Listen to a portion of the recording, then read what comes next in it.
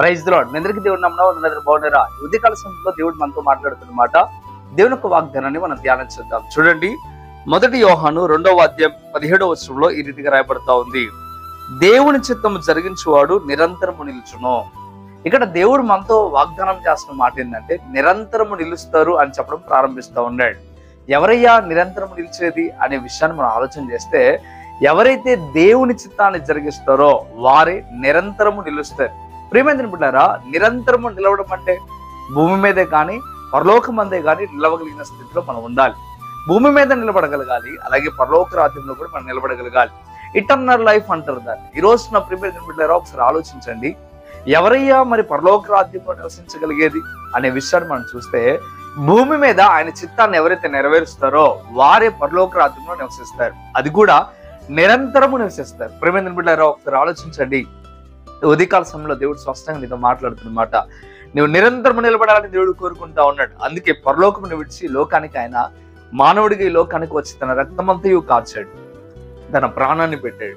ఆయన ప్రాణమును పెట్టి ఆయన మంద అయిన మనల్ని కాపాడడానికి ఆయన సిద్ధపడ్డాడు. ప్రియమైన బిడ్డారా, ఈరోజు ప్రభు ప్రాణం పెట్టింది ఎందుకో తెలుసా? నువ్వు నిరంతరం నిలబడాలని. కానీ నువ్వేం చేస్తా ఉన్నావు? భూమి మీద ఆయన చిత్తం తప్ప మిగతావన్నీ నెరవేరుస్తూ ఉన్నావు. నీ ఇష్టాన్ని నెరవేరుస్తా ఉన్నావు, లోకంలో ఉన్న వాటిని నెరవేర్పు కలుగు చేస్తా ఉన్నావు. కానీ తండ్రి అయిన దేవుని చిత్తాన్ని నెరవేరుస్తున్నావా? దేవుని చిత్తం నెరవేర్చకుండా నువ్వు ఉన్నట్లయితే తప్పక నువ్వు పరలోక రాజ్యం చేరవనే విషయాన్ని స్పష్టంగా దేవుడు చెప్తా ఉన్నాడు. అందుకే నువ్వు భూమి మీద ఉన్నప్పుడే దేవుని చిత్తాన్ని గుర్తెరిగి ఆయన చిత్తాన్ని నెరవేర్చడానికి నువ్వు సిద్ధపడాలి. అసలు దేవుడిని పుట్టించిందే ఆయన చిత్తం నెరవేర్చడానికి. ప్రారంభ దినాల్లో మనం చూడగలిగితే అవ్వ ఆదాము దేవుని చిత్తం చేసినంతసేపు బాగానే ఉన్నారు. ఎప్పుడైతే దేవుని చిత్తం చేయకుండా ఉన్నారో అప్పుడు వారి పరిస్థితి ఏమైనో మనకు అందరికీ తెలిసిన విషయమే కదా. ఈ రోజు మనం ప్రభు చిత్తము జరిగించు వారిగానే మనం ఉండాలి. ఎప్పుడైతే మనం ప్రభు చిత్తము జరిగించు వారిగా ఉంటామో అప్పుడు దేవుడు మన పక్షం ఆజ్యమాడతాడు. అంతేగాక మనము కూడా నిరంతరం నిలిచే అవకాశం ఉంటుంది. ఈ దినమును మీరు ఆ రీతిగా ఉంటారని నేను ఆశిస్తా ఉన్నాను. నా ప్రభు కోరుకుంటా ఉన్నాడు. నీవు కూడా కోరుకున్నట్లయితే, ప్రభువా ఇక మీద నేను నిరంతరం నిలవాలని ఆశ నాకు ఉంది ప్రభువా, పరలోక రాజ్యంలో నేను చేరాలని ఆశ నాకు ఉంది ప్రభువా, ఇక మీదట లోక ఆశలు కాక, ఇక మీదట నా కోరికలు నా ఆశలు కాక మీ చిత్తాన్ని నేను నెరవేరుస్తాను ప్రభు అని ఒక్క మాట దేవునితో చెప్పి ఇక నుండి దేవుని వాక్యానుసారంగా దేవుని చిత్తానుసారంగా బ్రతకండి. దేవుడు తప్పక మిమ్మల్ని క్షమించి మరలా ఆయన రాజ్యంలో నివాసం ఉండే వారిలాగా మిమ్మల్ని సిద్ధపాటు చేస్తాడు. ప్రార్థన చేద్దాం, కళ్ళు మూసుకుందాం, ప్రార్థనలు ఏకీభవిద్దాం. పరిశుద్ధుడా గొప్ప దేవుడు, మీకు లెక్కలేని స్తోత్రం నైనా.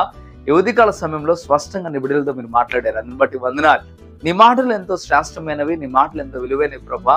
అయ్యా, మీ మాటల ద్వారా మీరు మమ్మల్ని బలపరుస్తున్న విధానాన్ని బట్టి లెక్కలేని స్తోత్రం చెప్తా ఉన్నాం తండ్రి, మీకు వందనాలు. ఈ దినమున ఈ సమయంలో ప్రభా నేరుగా నీ చిత్తము జరిగించాలని తేటగా మీరు మాతో మాట్లాడారు. నిజమే ప్రభా, నీ చిత్తము తప్ప మిగతావన్నీ మేము జరిగిస్తా ఉన్నాం. అందుకే మేము నీ చిత్తానుసారంగా బ్రతకాలి మీరు కోరుకుంటా ఉన్నారు కనుక తేటగా మీరు మాట్లాడారు, అందుని బట్టి వందనాలు.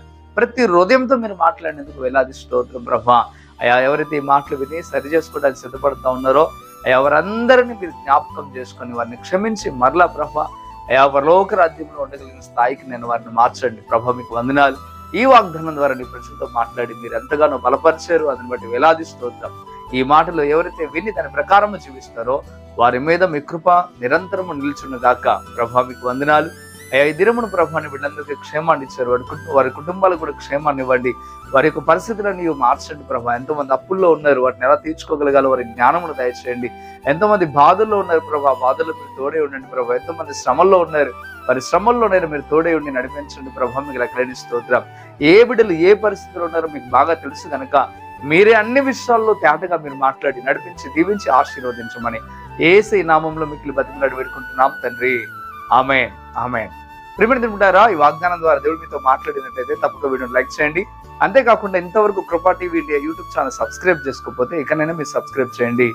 ఈ మాటల ద్వారా మీరు బలపరచబడినట్లయితే తప్పక ఈ మాటలు మీరు అనేక మందికి షేర్ చేయండి. షేర్ చేయడం ద్వారా సువార్త ప్రకటించిన వారు అవుతారు, అనేకులను బలపరిచిన వారు అవుతారు. ప్రభు మిమ్మలను మీ కుటుంబాలను దీవించి ఆశీర్వదించును గాక. ఆమేన్. ప్రియమైన ఉంటారా, ఈ యొక్క పరిచర్య ద్వారా ఈ క్రిస్మస్ నెలలో నవంబర్ డిసెంబర్ నెలలో సువార్త పరిచర్లు మారుమూల ప్రాంతాల్లో సువార్త పరిచర్లు మీటింగ్ జరిగించాలని ఆశపడతా ఉన్నాం.